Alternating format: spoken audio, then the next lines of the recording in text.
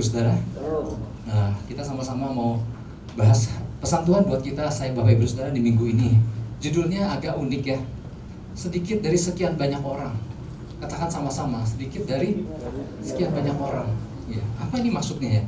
Jadi pesan Tuhan buat kita, buat saya Bapak Ibu Saudara, adalah berbicara tentang jumlah. Memang nggak terus kita bicara soal jumlah, tapi dari judulnya kita melihat, wow, kayaknya ada dibikinnya ada yang sedikit, ada kata sedikit, ada kata banyak gitu ya. Tapi apa maksudnya? Sedikit dari sekian banyak. Jadi sesuatu yang sedikit namun dipilih dan disukai Tuhan. Wow, ini luar biasa ya kalau kita ngerti maksudnya. Jadi kalau hari-hari ini ada banyak orang dimanapun, orang apa yang mereka kejar? Jumlah besar apa jumlah sedikit? Banyak orang mengejar jumlah besar kan? Dan gak salah dengan itu, karena memang ya naturnya seperti itu. Orang ngejar banyak, orang ngejar jumlah. Tetapi Tuhan ternyata di tengah jumlah yang banyak, Tuhan bukan tipe yang menyamaratakan orang. Tuhan memperhatikan dari jumlah yang banyak, adakah yang menarik hati Tuhan. Nah, ini yang menarik Bapak Ibu Saudara. Karena Tuhan, kenapa Tuhan memperhatikan sedikit dari yang banyak? Karena Tuhan punya kriteria. Seperti tadi saya sampaikan, Tuhan bukan tipe yang menyamaratakan, udahlah ini mah semua sama. Enggak, Tuhan memperhatikan pribadi lepas pribadi, karena Tuhan punya kriteria. Dan ternyata kriteria yang sesuai dengan standar Tuhan, ternyata kan nggak banyak. Ada satu kata yang ternyata suka digunakan di Alkitab, dan kalau kita perhatikan, ya melalui pesan ini kan saya perhatikan, oh iya, ada kata yang namanya kecuali. Kecuali artinya nggak semua sama, ada pengecualian. Bicara soal bangsa Israel, bicara soal jumlah besar. Betul, Tuhan sayang semua, tapi nggak semua menyukakan hati Tuhan. Ada kata kecuali. Oleh sebab itu kalau kita buka Bilangan 32 ayat 12, di situ dimulai dengan kata kecuali. Kecuali Kaleb bin Yefune, orang Kenas itu, dan Joshua bin Nun, sebab keduanya mengikut Tuhan dengan sepenuh hati. Nah, ini yang menarik perhatian Tuhan. Dari sekian banyak jumlah orang, Tuhan memperhatikan pribadi lepas pribadi, dan gak banyak, ada 2 orang. Dari sekian banyak, kecuali Kaleb dan Joshua, Tuhan merasakan mereka ikut Tuhan dengan sepenuh hati. Nah, Bapak Ibu Saudara, saya mau sedikit jelaskan dulu latar belakang tentang Bilangan 32 ya.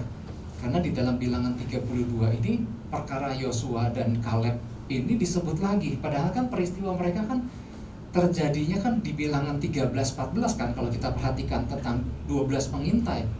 Yang mana mereka mengintai 10 membawa kabar yang menakutkan, tapi 2 yaitu Joshua dan Kaleb. Itu kan kejadiannya kan di Bilangan 13-14. Berjalan pasal demi pasal kalau di Alkitab. Di Bilangan 32 perihal mereka disebut kembali. Nah, latar belakang Bilangan 32 adalah gini. Ini kan ceritanya bangsa Israel udah sampai kan, tinggal menyeberang tanah perjanjian. Lagi-lagi kita terus dibawa dalam situasi yang di ujung akhir perjalanan mereka kan, dari minggu lalu juga seperti itu. Tetapi ada sesuatu yang unik dari Bilangan 32. Ada suku Ruben dan Gad yang datang menghadap Musa. Ini kan menjelang mereka nyebrang untuk masuk tanah perjanjian. Mereka bilang, kalau boleh kami nggak ikut nyebrang ya. Kenapa? Kata Musa. Udah jalan jauh begini. Kami kan punya ternak yang banyak.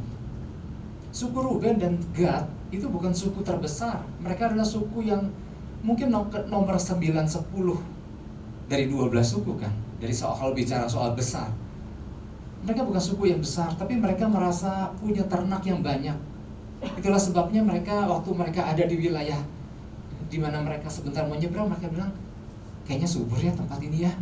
Kayaknya cocok nih buat ternak-ternak kita, cocok nih buat anak-anak kita di sini, buat keluarga di sini. Iya ya, yuk kita bilang Musa supaya kita nggak usah nyebrang gitu. Lalu Musa bilang, aduh, Udah jalan jauh, udah tinggal nyebrang, kok nggak mau nyebrang? Kamu bisa membuat enggan hati orang Israel yang lainnya dong kalau kamu nggak ikut nyebrang. Dan mereka memberikan alasan, ya habis tanah kami banyak sih gitu ya. Nah ini membuat Musa jadi ingat kejadian 40 tahun yang lalu. Membuat Musa jadi mundur kan, kalau dari bilangan kan jadi akhirnya mundur lagi ke peristiwa di bilangan 13-14. Waktu itu Musa bilang, ingat gak? Tuhan kan suruh aku memilih 12 orang untuk mengintai tanah perjanjian. Ketika diintai kondisinya, situasinya, orangnya, tempat tinggalnya, hasil tanamannya dan lain-lain, kan muncul 10 orang yang akhirnya kaget kan, ternyata ada yang penduduk raksasa di situ. Sehingga mereka pulang membawa kabar busuk, dilebih-lebihkan ceritanya. Sehingga akibat laporan 10 pengintai ini membuat enggan hati bangsa Israel untuk masuk ke tanah perjanjian. Ingat gak kalian? Apa yang kalian lakukan sekarang nih, suku Ruben dan Gad? Ini yang bikin mereka bisa enggan hati. Ingat gak bahwa Tuhan kan marah waktu peristiwa 10 pengintai yang membuat Tuhan memutuskan mereka yang gak percaya gak akan pernah menginjakkan kakinya di tanah perjanjian, karena mereka iri ke aku tidak sepenuh hati, kecuali Kaleb dan Joshua. Mereka akan masuk karena mereka iri ke aku dengan sepenuh hati. Akhirnya muncullah solusi. Gini aja deh, kata suku Ruben dan Gad. Nah, di bagian akhir ditambah dengan setengah suku Manasye. Gini deh, biarkan kami tinggal di tanah yang rumputnya subur ini, tapi nanti bagian kami, para prajurit ini, para laki-laki, kami akan ikut nyebrang untuk bantu ke 9,5 suku untuk mendapatkan wilayahnya. Sampai kami bersumpah kalau sampai mereka mendapatkan semua wilayahnya, kami baru pulang. Akhirnya Musa bilang, oke, ya udah, setuju. Makanya kan 9,5 suku Israel, mereka menginjakan kaki di tanah perjanjian, tinggal di situ menetap. Yang 2,5 mereka tinggal di seberang sungai Yordan. Nah ini Bapak Ibu Saudara, ini jadi pesan Tuhan buat kita.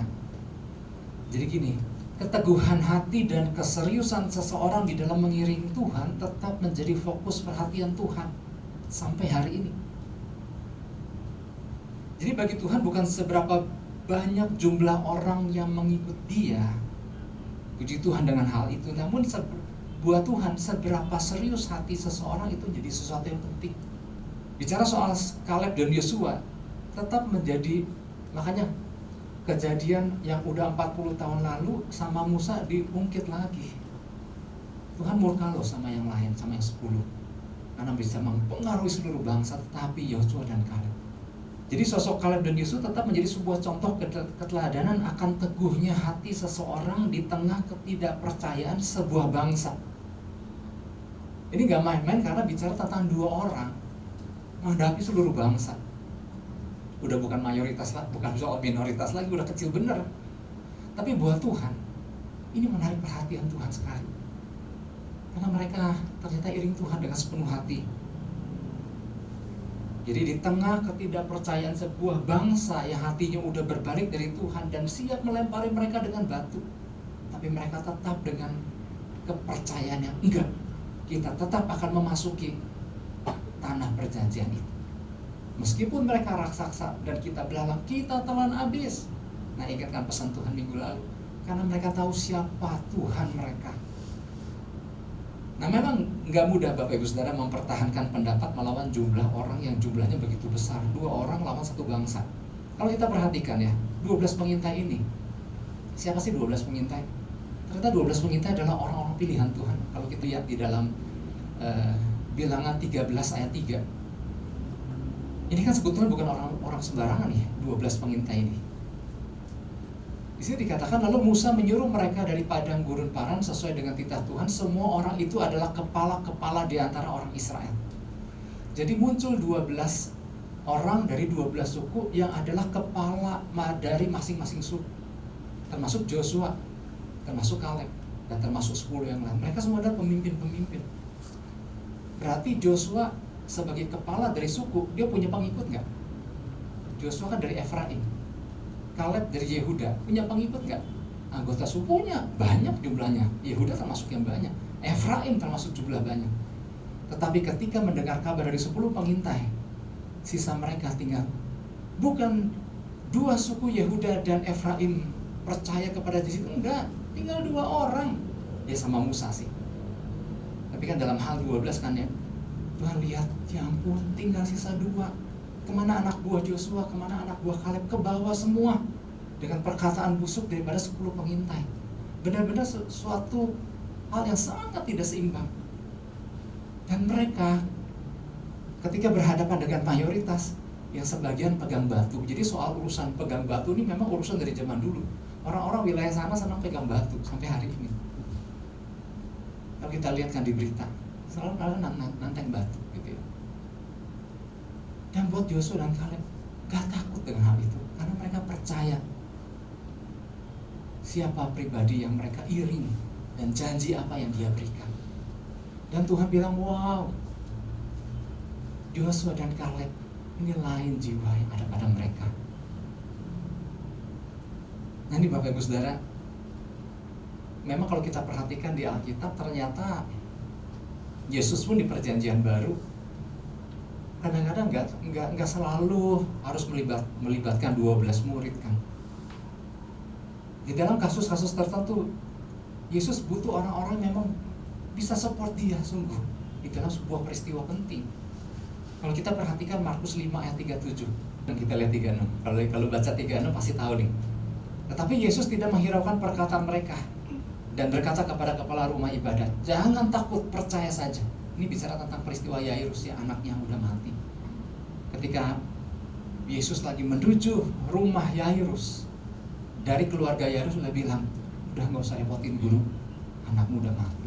Yesus bilang, jangan takut, percaya saja. Ayat 37.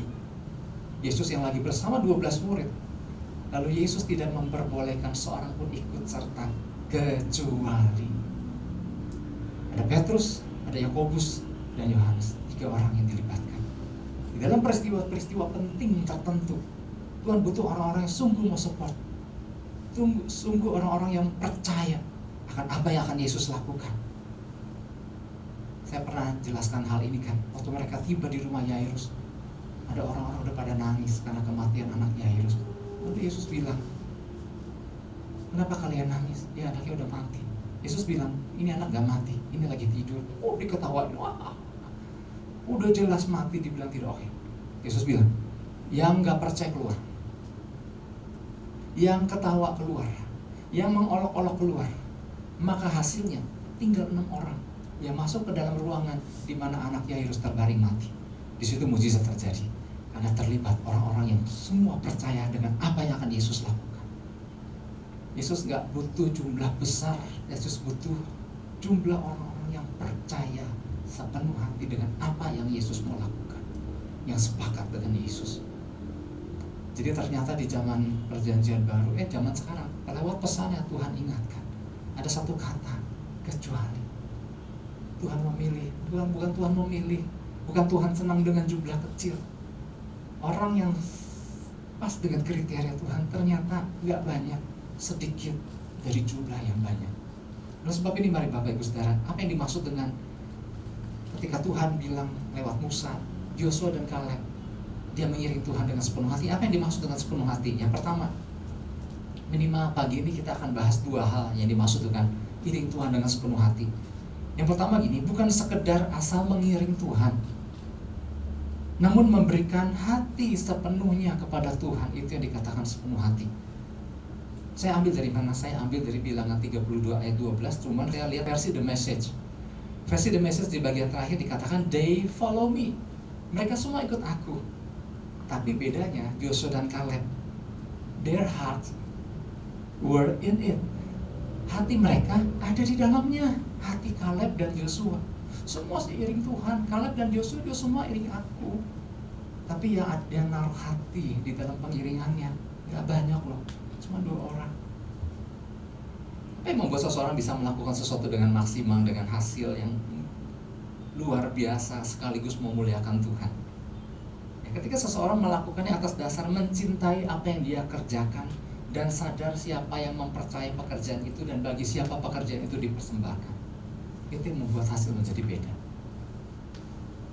Sebaliknya, nggak sedikit orang yang tidak mengalami hasil yang maksimal, dalam pengertian nggak mengalami kepuasan secara pribadi dan orang lain juga melihat ada sesuatu yang spesial dari apa yang dikerjakan. Ini kenapa? Ya karena orang-orang demikian melakukannya bukan karena dia mencintai apa yang dia lakukan. Ada beda nggak? Ternyata beda. Keterpaksaan seseorang di dalam melakukan sesuatu akan nampak nggak? Nampak. Dari apa hasilnya? Hasil karya dari pekerjaan seorang penggiat seni, ya, seniman, akan menjadi beda kalau dia hanya buat yang penting. Misalnya kalau ini dalam hal melukis, yang penting lukisannya laku, yang penting cepat jadi. Beda nggak dengan orang yang memang dia menikmati dan dia melakukan bukan sekedar karena dikejar tayang, bukan sekedar kejar pesanan, tapi orang-orang yang menikmati apa yang dia kerjakan. Hasilnya beda nggak? Hasilnya beda. Di dunia kuliner, ya, makanya ada istilah kan buat orang-orang yang bergerak di dunia kulineri, bahwa ada beda di rasa, bukan cuma soal jago masak atau enggak masak. Kalau masak dengan cinta katanya, pernah dengar istilah itu? Ibu-ibu tentu ngerti ya. Bukan sekedar jago masak di rumah, tapi kalau masak dengan cinta, itu dirasa berbeda sama suami sama anaknya, ya teorinya begitu. Tetapi tetap beda kalau masaknya pakai cinta katanya. Makanya istilah ini kan berlaku di dalam dunia kulineri hari-hari ini, bahwa ada beda kalau dia menikmati apa yang dia sedang lakukan dan ada cinta di dalamnya. Hasilnya berbeda Bapak Ibu Saudara, ya. Nah, jadi Alkitab ini lagi ingatkan kita untuk mencintai apa yang kita lakukan, bergembira dengan apa yang dipercayakan, ya, dengan sukacita lakukan itu. Kalau Tuhan dilibatkan, sang sumber sukacita itu, apapun yang kita kerjakan, sesulit apapun kondisi, rasanya ada sukacita yang nggak bisa dilepaskan dari hal itu, dan hasilnya tentunya berbeda. Yang menarik sekali Bapak Ibu Saudara, bicara soal jatuh cinta nih, ternyata ada seorang pakar, Helen Fisher. Helen Fisher ini seorang pakar, ya, pakar tentang wilayah-wilayah seperti itu dari Inggris. Dia bilang bahwa jatuh cinta adalah sebuah momen yang paling indah, bahkan dikatakan momen yang terindah dalam hidup seseorang adalah ketika orang itu jatuh cinta. Nah, secara teori dia bilang itu, bahwa efek dari jatuh cinta ternyata di dalam diri seseorang itu muncul keluar yang namanya hormon dopamin, yang mana banyak orang yang membutuhkan resep dokter untuk dapatkan hormon ini, tetapi ketika orang jatuh cinta, ini otomatis hormon dopamin ini keluar. Wah, ini luar biasa ya, hormon dopamin ini keluar, hormon yang membuat orang merasa senang. Hari-hari orang lagi cari rasa senang itu lewat apa? Dia cari lewat banyak hal, narkoba, untuk mendapatkan rasa senang itu. Tapi ternyata dia bilang jatuh cinta otomatis menghasilkan hormon dopamin dalam diri seseorang. Nah, orang yang jatuh cinta cenderung dia memberikan hal yang baik terhadap, kalau itu orang, terhadap pribadi yang dia cintai. Kalau itu bicara soal pekerjaan, ini dia akan memberikan yang terbaik kepada apa yang dia kerjakan karena cinta. Apapun orang mau ngomong dia nggak peduli, karena memang dia fokus pada orang itu dan dia berikan sepenuh hati karena apa? Karena cinta. Wow, luar biasa sekali ya. Makanya Bapak Ibu Saudara, dalam bahasa yang lebih sederhana bilang begini, orang yang jatuh cinta akan memberikan pandangan, tindakan, apapun yang lebih baik terhadap pribadi atau apapun yang dia cintai. Dan Alkitab udah catat itu. Kita pernah dengar ya, mungkin kita sering dengar di Perjanjian Lama tentang Yakub, cintanya Yakub sama Rahel, padahal dibohongin sama Laban kan, mertuanya. Hari Minggu kita dengar yang disodorin Lea, karena mungkin orang tuanya pikir udahlah Lea dulu dilakuin gitu ya. Tetapi memang ada, kalau alasan Laban adalah bilang begini, bahwa memang adalah tradisi, bukan adalah budaya, bahwa memang harus anak pertama dulu katanya yang dinikahkan. Itulah ada dua pendapat itu, tetapi intinya adalah Ya ampun, untuk mendapatkan Rahel kan Yakub kerja 7 tahun, tapi ternyata yang dikasih Lea. Tapi aku mencintai Rahel. Kata Laban, gimana kalau kerja 7 tahun lagi? Dilakonin loh. Apa sih yang membuat kok Yakub mau melakukan itu? Karena cinta. Dan Alkitab catat semua dilakukan seperti beberapa hari saja. 7 tahun bukan sesuatu yang pendek, tapi buat orang yang lagi jatuh cinta, dia kerjakan dengan sukacita dan gak kerasa. Makanya dicatat seperti hitungan hari. Karena cinta kepada Rahel, membuat apapun yang disyaratkan sama Laban, dia lakukan. Makanya gini, beda gak orang melakukan karena cinta? Beda, Bapak Ibu Saudara. 7 tahun gak mudah loh. Dari zaman dulu sampai zaman sekarang suruh menanti. Hal menanti adalah sesuatu yang gak gampang. Janji sama orang dia gak muncul-muncul 30 menit 1 jam, itu sesuatu yang lama. Tapi ini dia rela menantikan 7 tahun. Sedangkan yang namanya menanti adalah kegiatan yang paling membosankan kan dari zaman ke zaman. Nah, apa yang membuat Kaleb dan Joshua begitu berbeda di mata Tuhan? Karena Tuhan lihat ada cinta di dalam pengiringannya sama Tuhan. Bukan semata-mata akulah bangsa Israel dan Tuhan berjanji kita akan masuk tanah perjanjian. Dan maka seluruh suku yang memberikan masing-masing kepala suku untuk mengintai di situ kan, mereka semua juga rindu masuk tanah perjanjian yang dijanjikan berlimpah susu dan madu. Jadi kalau bicara mereka percaya nggak sama janji Tuhan, mereka percaya. Oke, kita masuk tanah perjanjian, mari kita mengintai mereka dengan semangat. Tetapi untuk masuk tanah perjanjian kan, Tuhan kan nggak bilang selalu mulus jalannya. Makanya Tuhan bilang, yuk intai dulu. Ini baru ngintai loh, dan mereka mengamat-amati. Kan mereka masukkan dari paling selatan sampai ke paling utara, butuh 40 hari. Nah, makin berjalan sampai wilayahnya baru dia lihat, jambon, ini kok gede-gede penduduknya. Ternyata mereka lihat orang-orang enak, suku-suku enak, yang jumlahnya, yang besar, yang ukurannya raksasa. Ya ini mah kita dimakan atuh. Kita mah kayak lagi dikerjain Tuhan nih, kata yang 10. Jadi keluar sungut-sungut, tapi Joshua dan Kaleb enggak. Tantangan boleh ada, janji Tuhan begitu nyata. Nah ini yang bikin Tuhan, wow, ini kok Kaleb sama Joshua bukan sekedar nekat pengen masuk, enggak. Tuhan melihat ada cinta, ada hati yang mereka libatkan di dalam mengiringan akan Tuhan. Sehingga tantangan apapun yang terjadi enggak menyurutkan niat mereka, enggak menyurutkan hati mereka. Takutnya enggak jadi, enggak. Beda dengan yang 10 tadi kan. Mereka iring Tuhan karena kan formalitas. Karena mereka bangsa Israel, kemudian karena kecakapan jadi kepala, disuruh ngintai, tapi semua dilakukan bukan karena ada hati mereka di situ. Dan lewat bagian ini ada yang lagi berbicara kepada kita juga, Bapak Ibu saya, Bapak Ibu Saudara. Adakah kita taruh hati di dalam pengiringan kita sama Tuhan? 10 pengintai, Tuhan bilang kan, mereka tidak mengiring aku dengan sepenuh hati. Dalam arti kata lain, mereka gak masukkan hati mereka di dalam pengiringan mereka sama aku. Beda dengan Joshua dan Kaleb, orang yang gak mengikuti, gak menaruh hati di dalam pengiringan sama Tuhan. Waktu tantangan datang, waktu mereka melihat raksasa-raksasa itu, ciut, pesimis, kita dibawa masuk cuma buat dimatiin aja. Kemudian keluar kata-kata yang sama kan, sama yang kata-kata yang sama pada waktu mereka belum lama keluar dari tanah perjanjian kan, waktu dikejar sama Firaun kan. Ternyata Tuhan cuma mau bikin kita mati dikubur di sini. Mulai kata-kata jelek keluar, mulai rasa pesimis, mulai keluh kesah, mulai rasa mengasihani diri keluar, kemarahan, kekecewaan sama Musa, kekecewaan sama Tuhan, kekecewaan sama siapa saja. Karena mereka awalnya gak memasukkan hati mereka, gak melibatkan cinta di dalam pengiringan mereka sama Tuhan. Maka Tuhan bilang, kecuali Joshua dan Kaleb, mereka cinta atau mereka iring Tuhan, untuk mereka cari Tuhan, bukan karena mereka wajib datang ke hadirat Tuhan, tapi cinta yang membuat Joshua mengalami seperti yang Musa lakukan. Ini luar biasa Bapak Ibu Saudara. Kalau hari-hari ini kita diingatkan terus selama 2 tahun terakhir ini tentang terhubung dengan Tuhan. Udah coba Pak, nggak bisa denger, nggak gini.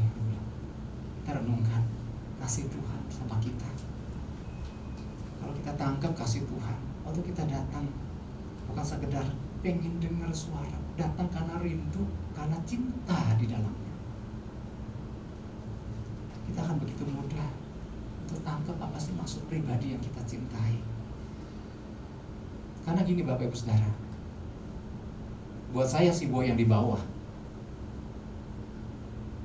meskipun saya sering kasih cemilan, ngelihat saya dia dingin-dingin aja tuh, karena dia juga mungkin tahu ya saya juga nggak terlalu suka-suka amat, meskipun ya lumayan lucu lah gitu ya. Tapi lihat sama pribadi yang memang senang sama si boy itu anjing yang dibawa di tempat parkir. Tapi kalau dia melihat ada kalau orang yang memang cinta sama dia, istilahnya beda kan, anjing aja tahu gitu maksud saya. Tuhan tahu nggak sih kalau kita cinta benar-benar waktu mengiring dia, Tuhan tahu banget. Maka dia merasakan ada getaran cinta Joshua dan Kaleb. Kenapa dia bisa mempertahankan bahwa kita tetap masuk? Kenapa? Dia mengasihi. Itu yang pertama. Jadi apa yang dimaksud dengan mengiring Tuhan sepenuh hati? Bukan sekedar asal mengiring, namun memberikan hati sepenuhnya.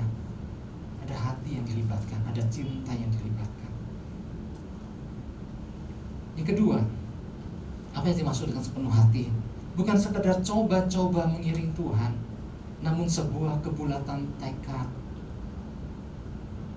Bilangan 32 ayat 12 samakan, kecuali Kaleb bin Yefune orang Kenas itu dan Joshua bin Nun, sebab keduanya mengikut Tuhan dengan sepenuh hati. Saya ambil dari versi God's Word ya. God's Word ini di sini dikatakan di bagian kalimat terakhir dikatakan this is because they wholeheartedly follow the Lord.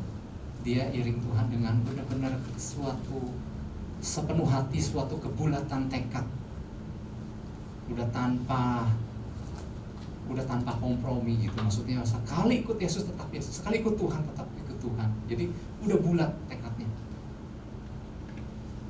Jadi ternyata yang dimaksud mengikut Tuhan dengan sepenuh hati, wholeheartedly, di sini dikatakan mengikut Tuhan dengan bulat hati adalah sebuah tekad dan keputusan yang tegas tanpa berpikir suatu hari akan menyesalinya ketika mengalami sesuatu keadaan yang gak mengenakan. Jadi kalau orang iring Tuhan dengan sepenuh hati, dengan tekad yang bulat, apapun yang akan terjadi, udah memutuskan iring Tuhan, nggak akan membuat aku jadi kendor. Apapun yang terjadi, nah itu yang dikatakan wholeheartedly follow the Lord. Apapun, ya makanya Bapak Ibu Saudara, waktu saya orang-orang yang mau dengar firman, 2 kerajaan, memberi diri baptis, saya nggak mengiming-imingi orang. Nanti ya, kalau kamu iring Yesus, kalau kamu buka hati, kamu terima Yesus, kalau kamu dibaptis, kamu akan menikmati janji-janji Tuhan. Betul. Jika kita adalah anak, maka kita adalah ahli waris orang-orang berhak menerima janji-janji Tuhan. Tapi saya nggak menjanjikan tenang, nanti hidup kami jadi enak. Nanti kan nggak ada tantangan lu iring Yesus, mah lihat kayak om, gitu ya. Saya nggak akan mengiming-imingi dengan berbohong kayak begitu. Kamu gak punya tantangan? Enggak, tantangan ada. Dan saya jelaskan, iringnya Yesus bukannya kita jadi gak ada tantangan. Gak ada jaminan bahwa kamu otomatis langsung sembuh sakitnya. Meskipun ada janji kuasa kesembuhan yang Tuhan bisa lakukan. Dahsyat. Kalau kamu iringnya Yesus, hari akan terus sejuk, akan menikmati pengiringan. Enggak. Makanya kalau kita buka Roma 8 ayat 17, sebagian dari kita udah hafal banget ya, karena saya sering kali mengutip Roma 8 ayat 17. Jika kita adalah anak, maka kita juga adalah ahli waris. Maksudnya orang-orang yang berhak menerima janji-janji Allah. Amin, luar biasa kan. Kalau kita jadi anak, inilah anakku yang kukasihi, kepadanya aku berkenan, sah menjadi anak-anak ahli waris, terima janji-janji Allah. Tapi saya nggak berhenti sampai situ, saya selalu melanjutkan yang akan menerimanya bersama-sama dengan Kristus, yaitu jika kita menderita bersama-sama dengan Dia, supaya kita juga dipermuliakan bersama-sama dengan Dia. Saya selalu memberikan, jangan lupa ya, ada kalimat menderita bersama-sama dengan Dia. Kadang-kadang kita dibenci loh, saya bilang, siap nggak kamu? dibenci karena kamu sekarang anak Tuhan. Kadang-kadang ada tantangan melihat orang lain yang di luar Kristus jauh lebih enak. Siap nggak kamu menghadapi itu semua? Jangan sampai kan kadang-kadang kita mendengarkan orang-orang yang kadang-kadang di tengah tantangan suka bilang begini, Pak, dipikir-pikir ya, enak waktu saya di kepercayaan yang lama. Ya ampun, itu berarti udah gak ada fondasi, udah gak kuat iring Tuhan, udah gak bulat tekadnya. Apa? Dia mulai lihat ke belakang betapa enaknya dulu waktu di luar Kristus. Gak tantangan, gak pernah sampai begini. Hati-hati. Itu merupakan sebuah ciri bahwa ya udah, sebetulnya udah nggak ada hati sama Tuhan. Orang-orang seperti itu udah jelas nggak memiliki fondasi yang jelas di dalam mengiring Tuhan. Semua tergantung pada keadaan yang terjadi. Kalau keadaan enak, wih, Tuhan Yesus baik ya. Kalau keadaan nggak enak, enakan dulu. Jadi ternyata iring Tuhan kan cuma ingin mendapatkan yang baik dari Tuhan. Makanya perkataan Ayub sama istrinya disuruh sumpahilah Allahmu. Ayub bilang, emang kamu cuma mengharapkan yang baik aja dari Tuhan ini? Kadang-kadang hal, tantangan dan lain-lain mewarnai itu ya.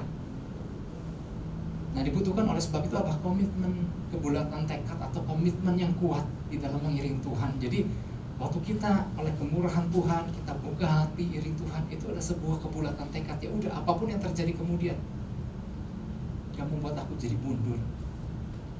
Ini membuat saya teringat dengan ada satu tokoh, ingat nggak Bapak Ibu Saudara, di Perjanjian Lama?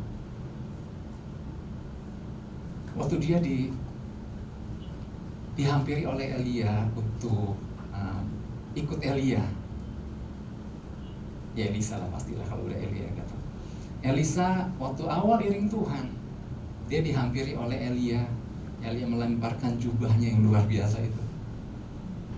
Waktu itu Elisa kan lagi membajak ladang kalau nggak salah dengan 12 lembu, dan dia lagi kendalikan lembu yang ke-12. Jadi ini bicara soal Elisa nih, jarang sekali orang bisa bajak dengan 12 lembu kalau dia nggak punya lembu yang banyak. Kebanyakan orang bajak lembu minimal 2 lembu, 4, tapi kalau sampai 6, 8 karena genap kan ya, karena cooknya itu kan selalu genap. Tapi kalau sampai orang membajak ladang dengan 12 lembu, gak gampang loh. Artinya ini Elisa ini orang yang jauh dari kecukupan, orang yang kelimpahan. Kayak zaman sekarang mah dia lagi membajak pakai Ferrari kali gitu ya. Oh iya, 12 lembu, 12 tenaga lembu gitu. Itu kalau disamakan sama mesin tuh berapa horsepower? Bukan horsepower ya, berapa lembu power.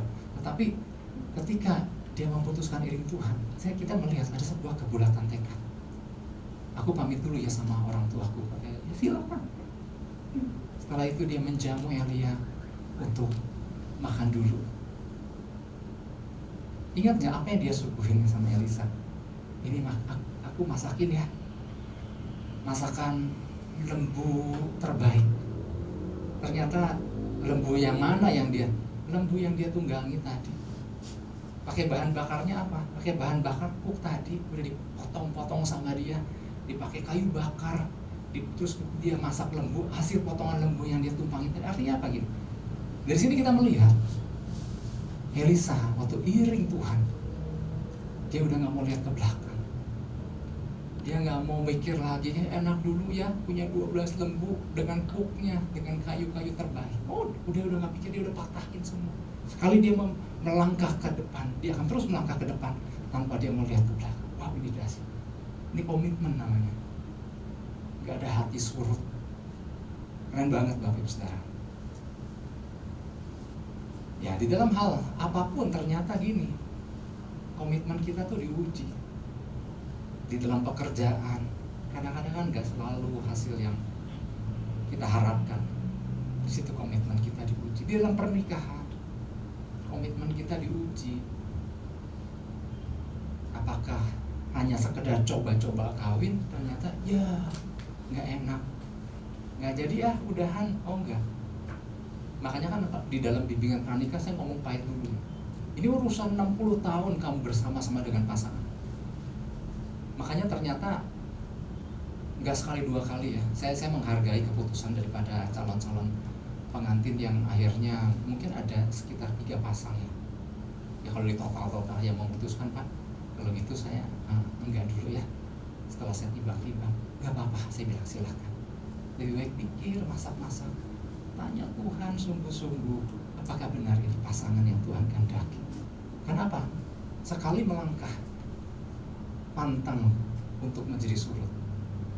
Di dalam pelayanan sama, atau di dalam iring Tuhan sama. Sekali iring Tuhan, apapun yang terjadi, gak ada kata mundur, berjalan, bergerak maju. Oke. Arti kata wholeheartedly yang kedua ya, dan kemudian saya tutup. Wholeheartedly yang kedua adalah dari A ya, sekarang B-nya. Percaya sepenuhnya tanpa ragu pada Tuhan dan pada apa yang Dia janjikan. Itu wholeheartedly. Tadi kan bicara soal kebulatan tekad. Yang kedua ini arti wholeheartedly adalah percaya dengan apa yang Tuhan katakan. Titik, nggak ada hak untuk kita menjadi ragu. Ini kita bicara sama Tuhan. Minggu lalu kita udah banyak bahas tentang bahwa kita punya Tuhan, Tuhan yang dahsyat, Tuhan yang berfirman, adalah Tuhan yang menepati janjinya. Sekali Tuhan berkata-kata, kita wholeheartedly, kita percaya dengan apa yang dikatakan. Yosua dan Kaleb bilang, Tuhan kan udah janji bahwa Tuhan mau bawa kita masuk ke tanah perjanjian. Apapun yang terjadi, Tuhan pasti bawa kita masuk dan menduduki. Cuman itu aja. Modal Yosua dan Kaleb percaya dengan sepenuh hati dengan apa yang Tuhan katakan. Wow, ini luar biasa Bapak Saudara. Tapi kalau orang yang gak iring Tuhan wholeheartedly, keadaan membuat orang bisa meragukan janji Tuhan. Keadaan bisa membuat orang meragukan perkataan firman Tuhan. Hanya karena melihat raksasa yang belum melakukan apa-apa, mereka kemudian, ya ternyata kita bakal dimakan. Udah dimakan belum?